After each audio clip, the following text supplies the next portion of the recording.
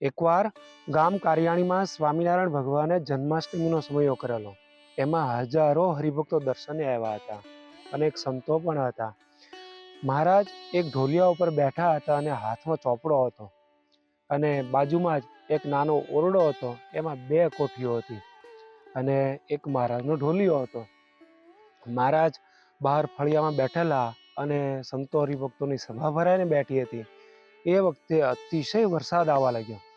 એટલે મહારાજ એ ઢોલિયા ઉપરથી ઊભા થઈ અને ઓરડામાં ઢોલિયા ઉપર જઈને બેઠા અને બધાને કીધું કે તમે બધા અંદર આવતા રહો. બધાના મનમાં થયું કે મહારાજ આમ કેમ કહે છે? રૂમ તો નાનો એવો છે અને સંતો ભક્તો તો કેટલા બધા છે. અને પછી મહારાજે તો ઊભા થાય અને સંતો ભક્તોના હાથ પકડી પકડીને રૂમમાં લઈ જવા માંડ્યા. આ રીતે હજારો સંતો ભક્તોને તે ઓરડામાં લઈ ગયા અને બધા સમાઈ ગયા.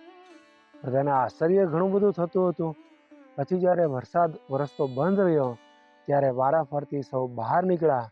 તે ફળિયામાં સમયને એટલા હરિભક્તો અને સંતો થઈ ગયા.